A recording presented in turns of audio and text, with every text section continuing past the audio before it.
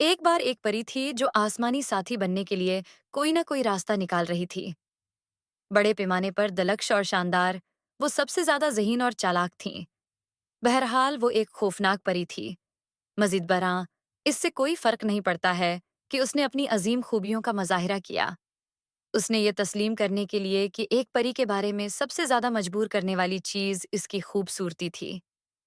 परियों के स्कूल में उन्होंने उसे नजरअंदाज किया, और जब भी वो एक लफ्ज़ कहने से पहले किसी मुश्किल जगह में किसी नौजवान या किसी दूसरे फर्द की मदद करने के लिए पूरी तरह से तैयार नहीं होती थी, तब वो इस पर चीखते और चीखते थे, बदसूरत, छोड़ दो, निटकेस। इससे कोई फर्क नहीं पड़ता है कि वो किसी भी चीज़ के करीब नहीं है।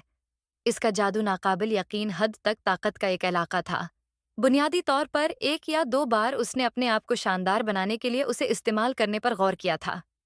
बहरहाल, तब तक उसे वो सब याद आ गया जो उसकी माँ ने उससे कहा था, मेरी प्यारी, तुम वही हो जो तुम हो, ऐब और सब कुछ। मजीद ये कि कभी ये सवाल न करना कि तुम एक गैर मामूली वजह से कैसी हो।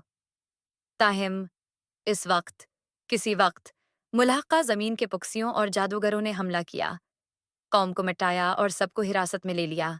उसके जाने से कुछ ही देर पहले हमारी परी ने अपने लिबास पर जादू किया, और अपने खौफनाक चेहरे की मदद से उसके पास ये अख्तियार था कि वो चड़ील लगें। इस तरह उसके पास चड़ीलों के घुंसले में वापस जाने का इंतखाब था। उसने गार को चमगादड़ों, मेंढकों और दीगर हशरात-ए-अर्ज़ से सजाया जब वो वहां मौजूद थी, और अपने जादू का इस्तेमाल करते हुए सबके लिए एक बड़ी पार्टी डाली। मूसीकी बहुत से रोने वाले भेड़ियों ने दी थी।